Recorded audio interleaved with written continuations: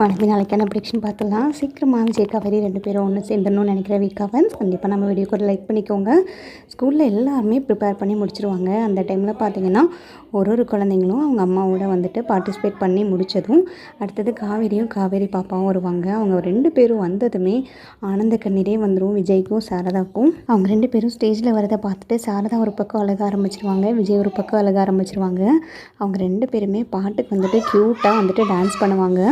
இந்த எல்லா ப்ரிப்பரேஷனுமே எல்லா ப்ராக்டிஸுமே ஸ்கூலில் வச்சு அம்முக்கு வந்துட்டு காவேரி தான் சொல்லி கொடுத்துருப்பாங்க. அவங்க 2 பேருமே வந்துட்டு பர்ஃபார்ம் பண்ணி முடித்ததுமே விஜய்க்கு அவ்வளோ சந்தோஷமாக இருக்கும். என் குழந்தைக்கு அம்மாவே இல்லாமல் போயிடும், அம்மா பாசமே இல்லாமல் அவள் வளருவான்னு நினச்சி அவ்வளோ தூரம் வருத்தப்பட்டுட்டு இருந்தேன். ஒவ்வொரு நாளும் அழுதுட்டு இருந்தேன். 1000 தான் அப்பா இருந்து நல்லபடியாக ஒரு குழந்தைய வளர்த்துனாலும் அம்மா இல்லாத கஷ்டம் என்னங்கிறது எனக்கு தெரியும். அதே மாதிரி என் குழந்தைய வருத்தப்படுவான், அவள் லைஃப் ஃபுல்லாக வந்துட்டு இப்படி தான் ஃபீல் பண்ணிகிட்ருப்பான்னு அவ்வளோ தூரம் கஷ்டப்பட்டதுக்கு ஒரு நல்ல பலனாக அந்த கடவுள் எனக்கு கொடுத்துட்டாரு. என் காவேரியை என்கிட்டயே திரும்பி கொண்டு சேர்த்துட்டாரு. இதுவே போதும், என் அம்மா எப்போவுமே இதே மாதிரி சந்தோஷமாக இருக்கணும் அப்படின்ற மாதிரி விஜய் ஒரு பக்கம் யோசிச்சுட்ருக்க. உடனே சாரதா சொல்லுவாங்க, பார்த்தீங்களா தம்பி, 1000 தான் சொன்னாலும் அம்மா பிள்ளைங்கிறது இல்லாமல் போயிடுமா? அவங்க 2 பேரும் எப்படி டான்ஸ் ஆடுறாங்க பாருங்களேன். 2 பேத்துக்குள்ளே அம்மா பிள்ளைக்கான அவ்வளோ பாசமும் அன்பும் அவங்க முகத்துலேயும் அவங்க பாவனையிலையுமே தெரியுது. இது வரைக்கும் வந்தவங்களே எனக்கு ரொம்ப பிடிச்சது நம்ம அம்மாவும் நம்ம காவேரி டான்ஸும் தான் தம்பி. கண்டிப்பாக இவங்க தான் ப்ரைஸ் வின் பண்ணுவாங்க அப்படின்ன மாதிரி சாரதா ஒரு பக்கம் சொல்லிகிட்ருக்கேன். எனக்கும் அதே தான் தோணுது. 2 பேரும் எப்படி பர்ஃபார்ம் பண்ணுறாங்க பாருங்கள். இத்தனைக்கும் பிறந்ததுலேருந்தே காவேரி அவள் கூட இல்லை, அவளை வளர்த்தலை. ஆனாலுமே இவங்க 2 பேத்துக்குள்ளே இருக்கிற பாண்டிங் பாருங்களேன் எப்படி இருக்குன்னு அப்படின்ன மாதிரி விஜயும் ஒரு பக்கம் சந்தோஷப்பட்டுட்ருப்பாங்க. அந்த டைமில் பார்த்திங்கன்னா எல்லா பர்ஃபார்மன்ஸுமே பண்ணி முடிச்சதுக்கப்புறமா ப்ரைஸ் யார் வின் பண்ணியிருக்காங்க அனௌன்ஸ் பண்ணுறதுக்காக வெயிட் பண்ணிகிட்ருப்பாங்க. அந்த டைமில் பார்த்திங்கன்னா எல்லாருமே ஈகராக வெயிட் பண்ணிகிட்ருப்பாங்க. உடனே அம்மு காவேரி கிட்ட சொல்லுவாங்க, மிஸ் நம்ம தான் மிஸ் வின் பண்ணணும், ப்ரைஸ் எப்படியாவது நம்ம வின் பண்ணால் தான் நான் ஹாப்பியாக இருப்பேன். அங்கே பாருங்களேன், அப்பா பாட்டி எல்லாம் வந்திருக்காங்க, சாரதா பாட்டியெல்லாம் ரொம்ப சந்தோஷமாக இருப்பாங்கள்ல, நம்மளுக்கு மட்டும் அப்படி ஒரு ப்ரைஸ் கிடைச்சிதுன்னா அப்படின்ற மாதிரி சொல்ல, அப்படிலாம் இல்லாமல் நம்மளோட பெஸ்ட்டே கொடுக்கணும், நம்ம நல்லா பர்ஃபார்ம் பண்ணணும், அவ்வளோதான். மற்றபடிக்கே ப்ரைஸ் கிடைச்சாலும் கிடைக்கலனாலும் நீ சந்தோஷமாக தான் இருக்கணும். நீ மிஸ் கூட சேர்ந்து பர்ஃபார்ம் பண்ணதில் ஹாப்பியாக இருந்தியா இல்லையா அப்படின்ன மாதிரி கேட்க, நான் ரொம்ப ஹாப்பியாக இருந்தேன் மிஸ், இதை நான் எதிர்பார்க்கவே இல்லை. நீங்கள் எனக்கு அம்மாவாக பர்ஃபார்ம் பண்ணியிருக்கீங்க, ஆக்ட் பண்ணியிருக்கீங்க, இது எப்படி எனக்கு பிடிக்காமல் இருக்கும்? இந்த ஒரு மூமெண்ட்டை நான் எப்போவுமே மறக்க மாட்டேன் மிஸ் அப்படின்ற மாதிரி காவேரி பாப்பா ஒரு பக்கம் சொல்லிகிட்ருப்பாங்க. அந்த டைமில் பார்த்திங்கன்னா கரெக்டாக வின்னர்ஸ் அனௌன்ஸ் பண்ணும்போது the best mother and daughter winning and award goes to Kaveri and miss Kaveri பாப்பா அப்படின்ன மாதிரி அவார்டு அனௌன்ஸ் பண்ணிடுவாங்க. அதுக்கப்புறம் காவேரிக்கு அவ்வளோ ஹாப்பியாகிடும். அந்த சந்தோஷத்தை அவங்களால கண்ட்ரோலே பண்ண முடியாது. காவேரி பாப்பா ஒரு பக்கம் துள்ளி குதிக்க, காவேரி ஒரு பக்கம் சந்தோஷப்பட, கீழே உட்காந்துட்டு இருந்த சாரதாவும் விஜயும் அதுக்கு மேலே அலப்பறை பண்ணிடுவாங்க. ஸ்கூலில் எல்லாருமே ரொம்ப சந்தோஷப்படுவாங்க.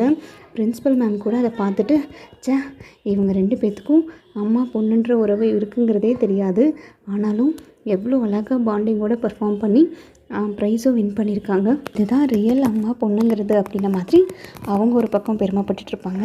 அந்த டைமில் பார்த்திங்கன்னா அவார்டு கொடுக்கும்போது அம்மாவோட பேரண்ட்ஸ் எல்லாம் கூப்பிடும்போது விஜய், சாரதா அவங்க ஃபேமிலி எல்லாருமே வர சொல்லுவாங்க.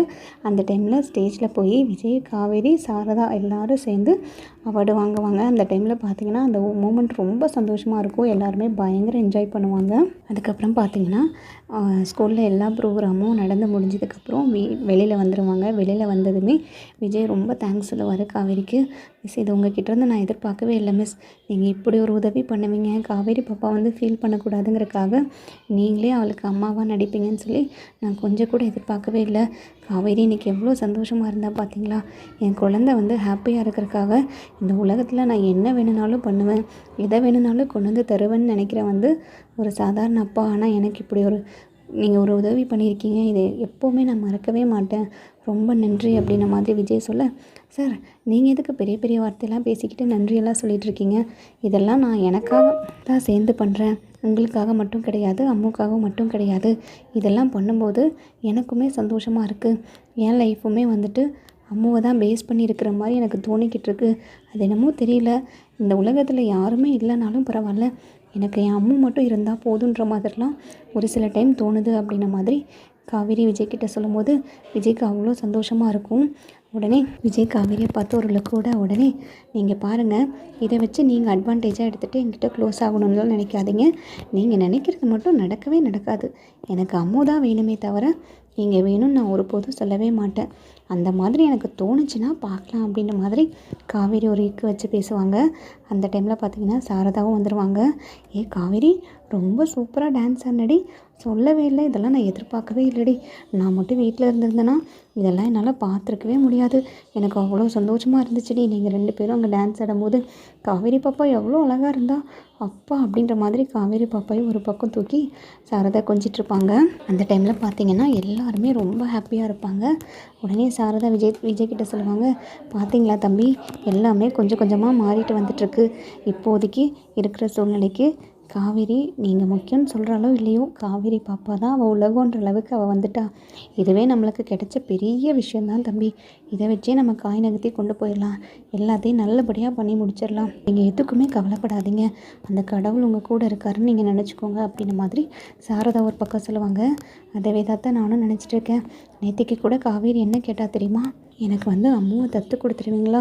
இந்த உலகமே அம்மு தான் எனக்கு தோணிகிட்ருக்குது. இந்த உலகத்தில் யார் இல்லைனாலும் பரவாயில்ல, எனக்கு அம்மு வேணுங்கிற அளவுக்கு என் மனசு முழுக்க அம்மு மேலே தான் இருக்குது. அவள் இல்லாத ஒரு நாளே என்னால் ஓட்டுறதே ரொம்ப சிரமமாக இருக்குது. ஸ்கூலில் ஒரு நாளைக்கு அம்மு வரலைன்னா கூட எனக்கு அவ்வளோ கஷ்டமாக இருக்குது. எனக்கு நீங்கள் அம்முவை தத்து கொடுத்துருங்கன்னு சொல்லி கேட்குறாத்த அப்படின்ற மாதிரி சொல்ல, இப்படி இல்லாமல் பேசுகிறா தம்பி. அவள் என்ன நினச்சிட்ருக்கா? ஏதோ ஒரு பக்கம் மாப்பிள்ளை பாருங்கள், நான் கல்யாணம் பண்ணிக்கிறேன், எனக்கு கல்யாண ஆசை வந்துருச்சுன்னு அவள் சொல்லிக்கிட்டு இருக்கா. இங்கே ஒரு பக்கம் உங்ககிட்ட மாப்பிள்ளை பார்க்குறதெல்லாம் வேண்டாம், எனக்கு அம்முவை தத்து கொடுத்துருங்கன்னு சொல்லி கேட்டுட்ருக்கா. எனக்கு தெரிஞ்சு நான் சொல்கிறேன் தம்பி, காவேரிக்கு கல்யாணம் பண்ணுறதுலையோ இல்லை இன்னொருத்தரை நினச்சி பார்க்குறதுலாம் மனசு அலப்பாயிறதே கிடையாது. அவள் சும்மா உங்களை மனசை டைவர்ட் பண்ணி விட்டு உங்களுக்கு ஒரு நல்ல கல்யாணமாக பண்ணி வச்சுட்டு இந்த குழந்தைய உங்ககிட்டேருந்து வாங்கிடலான்ற மாதிரி திட்டம் போட்டுட்ருப்பா போல இருக்குது. அதுக்கெல்லாம் நீங்கள் ஒருபோதும் அனுமதிச்சிடாதீங்க தம்பி.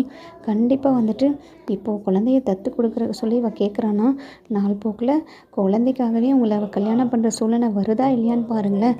நான் சொன்னால் அது கரெக்டாக இருக்கும் தம்பி. கூடிய சீக்கிரம் காவேரி நம்ம அம்மு மேலே பைத்தியமாக அலைய போகிறா. நீங்கள் அம்மு வச்சு எதுனாலும் சாதிக்க முடியும் அப்படின்ற மாதிரி சொல்ல, உடனே விஜய் சொல்லுவார், எனக்கு அப்படி ஒரு விஷயம் நடந்தால் சந்தோஷந்தான் அத்தை. ஆனால் அம்முக்காக மட்டும் அது நடக்கக்கூடாது. காவேரிக்கு என்னையும் மனசார பிடிச்சி என்னையும் அவள் ஏற்றுக்கிட்டு அதுக்கப்புறமா எல்லாத்துக்கும் சம்மதிச்சானா எனக்கு இன்னுமே சந்தோஷமாக இருக்கும். அவளுக்கு என்னை பிடிக்கணுன்றதுக்காக தானத்தை எல்லாமே நான் பார்த்து பண்ணிக்கிட்டு இருக்கேன். அவளுக்காக இவ்வளோ தூரம் வெயிட் பண்ணிகிட்ருக்கேன். அதனால தான் இதை சொல்கிறேன் அப்படின்ற மாதிரி சொல்ல, நீங்கள் விருப்பப்படுறது கண்டிப்பாக நடக்க தான் போகுது தம்பி, நீங்கள் எதுக்குமே கவலைப்படாதீங்க அப்படின்ற மாதிரி சொல்ல, உடனே அங்கே இருக்க பேரண்ட்ஸ் எல்லாம் சார், நீங்கள் தான் அம்மாவோட அப்பாவா? காவேரி பாப்பா அவார்டு வின் பண்ணாங்களே, அவங்களோட அப்பா நீங்கள் தானா அப்படின்ற மாதிரி கேட்க, ஆமாம் அப்படின்ற மாதிரி சொல்ல, சூப்பராக பர்ஃபார்ம் பண்ணாங்க சார், உங்களோட குழந்த ரொம்ப அழகாக இருக்காங்க பார்க்குறக்கு, அம்மாவும் பிள்ளையும் அப்படியே ஜெராக்ஸ் மாதிரி இருக்காங்க அப்படின்ற மாதிரி சொல்ல, கரெக்டாக காவேரியும் அம்மாவும் உள்ளே வந்துடுவாங்க.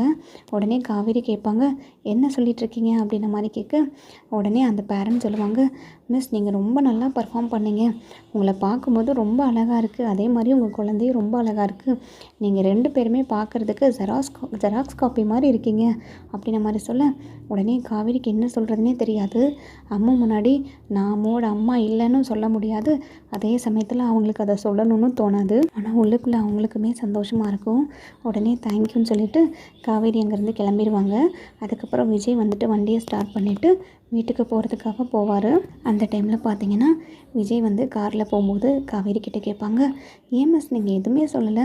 அந்த பேரண்ட் நீங்களும் குழந்தையும் ஜெராக்ஸ் காப்பி மாதிரி இருக்கீங்க, பார்க்குறதுக்கு ஒரே மாதிரி இருக்கீங்கன்னு சொல்லி காம்ப்ளிமெண்ட் கொடுக்கும்போது நீங்கள் சொல்லியிருக்கலாம்ல, எனக்கு அம்மு குழந்தை கிடையாது, அவங்களோட மிஸ்ஸு தான் சொல்லி நீங்கள் பர்ஃபார்ம் பண்ணது ஓகே அம்முக்காக, ஆனால் இதை ஏன் சொல்லலை அப்படின்ன மாதிரி விஜய் கேட்க, உடனே காவேரி சொல்லுவாங்க, எனக்கு சொல்லணும்னு தோணலை, அம்மு என்னோடய குழந்தை இல்லை, அம்முக்கு நான் அம்மா இல்லைன்றத என் வாயால் எனக்கு சொல்லணும்னு தோணலை சார் அப்படின்ன மாதிரி சொல்ல, விஜய்க்கு அவ்வளோ சந்தோஷமாக இருக்கும்.